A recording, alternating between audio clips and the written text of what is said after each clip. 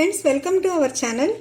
ఈ మీమాంసాసురుడి ఛానల్లో నిన్న నైట్ ఒక వీడియో అప్లోడ్ చేశారండి. వీడు జైల్లో ఉన్నాడు, ఎవరో వేరే వాళ్ళు అప్లోడ్ చేస్తున్నారు. లైఫ్కి కెరీర్కి సంబంధం లేదు అని ఒక వీడియో అప్లోడ్ చేశారు.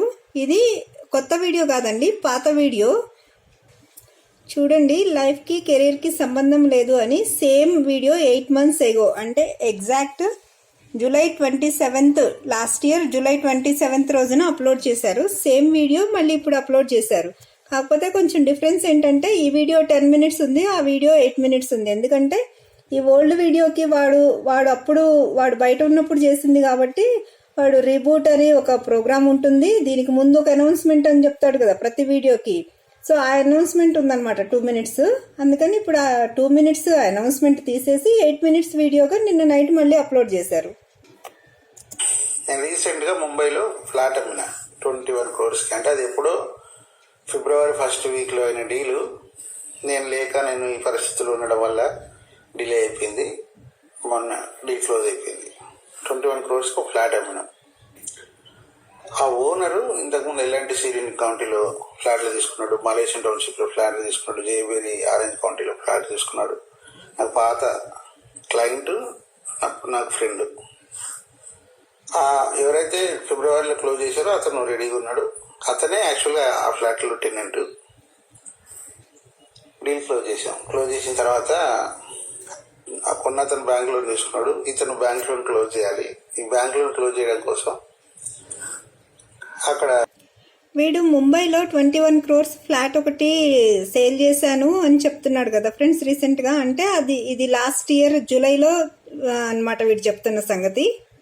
ఆ డీల్ యాక్చువల్లీ ఫిబ్రవరిలోనే అయ్యిందంట. కానీ అప్పుడు వాడు జైల్లో ఉన్నాడు కదా లాస్ట్ ఇయర్ ఫిబ్రవరి, మార్చ్, ఏప్రిల్లో వాడు జైల్లో ఉన్నాడు కదా. అందుకని చెప్పి అప్పుడు చేయటానికి కుదరలేదంట. అందుకని జైలు నుంచి బయటకు వచ్చిన తర్వాత ఆ డీల్ వీడు క్లోజ్ చేశాడంట. ఇంకా విచిత్రం ఏంటంటే ఆ బయ్యరు ఆ ఫ్లాట్లో రెంట్కుంటున్న టెనెంటే ఆ ఫ్లాట్ కొన్నాడనమాట. ఓనరు, బయ్యర్ ఏమో ఫ్లాట్ టెనెంట్. కానీ వాళ్ళిద్దరూ డైరెక్ట్గా మాట్లాడుకొని వాళ్ళు డీల్ క్లోజ్ చేసుకోకుండా వీడు జైల్లో ఉన్నాడని చెప్పేసి వీడు జైలు నుంచి బయటకు వచ్చేదాకా వెయిట్ చేశారనమాట వీడి కోసం. వీడికి ఎలాగో రియల్ ఎస్టేట్ ప్రాక్టికల్ నాలెడ్జ్ లేదు, వీడిది ఓన్లీ థియరీ నాలెడ్జ్. సో వీడి వీడియోలు చూసే వాళ్ళకు కూడా రియల్ ఎస్టేట్ నాలెడ్జ్ ఉండదు, నేనేం చెప్తే అది నమ్మేస్తారు అని వీడి ఉద్దేశం అనమాట. సరేరా, నువ్వు చెప్పిందే కరెక్ట్ అనుకుందాము. 21 crores ఫ్లాట్ నువ్వు ముంబైలో అమ్మావు అనుకుందాము. అప్పుడు నీకు owner side, buyer side 2 sides నీకు 1% టోటల్ 2%, అంటే నీకు 42 lakhs వచ్చి ఉండాలి కదా ఈ డీల్లో అమౌంట్. సో ఆ 42 lakhs నువ్వు ఎంతమంది ఇన్వెస్టర్స్కి ఇచ్చావు, రిటర్న్ చేసావు అమౌంట్? వీడికి కార్ కొనుక్కోటానికి కూడా డబ్బులు లేక వేరే అతని పేరు మీద ఫైనాన్స్లో కార్ తీసుకున్నారు అని నేను చెప్తే దానికి వీడు ఒక వీడియోలో ఏమన్నాడు వినండి ఫ్రెండ్స్. నేను 10 lakhs ఒకరికి కడితే ఒకరి బాధ పోతున్న ఉద్దేశంతో కారు కొనలే. 10 lakhs పెట్టి కారు కొనాలంటే ఆ 10 lakhs ఎందుకు? అది ఆ 10 lakhs పెట్టి ఇన్వెస్టర్స్కి ఇస్తే ఒకళ్ళది అకౌంట్ సెటిల్ అయింది అన్న ఉద్దేశంతో వీడు కారు కొనలేదు అని చెప్తున్నాడు ఈ వీడియోలో. మరి వీడు ముంబైలో ఫ్లాట్ డీల్ చేసినప్పుడు 42 lakhs వచ్చి ఉండాలి కదా. మరి ఆ 42 lakhs ఎంతమందికి ఇచ్చి ఉండాలి? వీడు 10 lakhs గురించే వీడు ఆలోచించినప్పుడు మరి వచ్చిన 42 lakhs కూడా ఇన్వెస్టర్స్కి ఇచ్చి ఉండాలి కదా.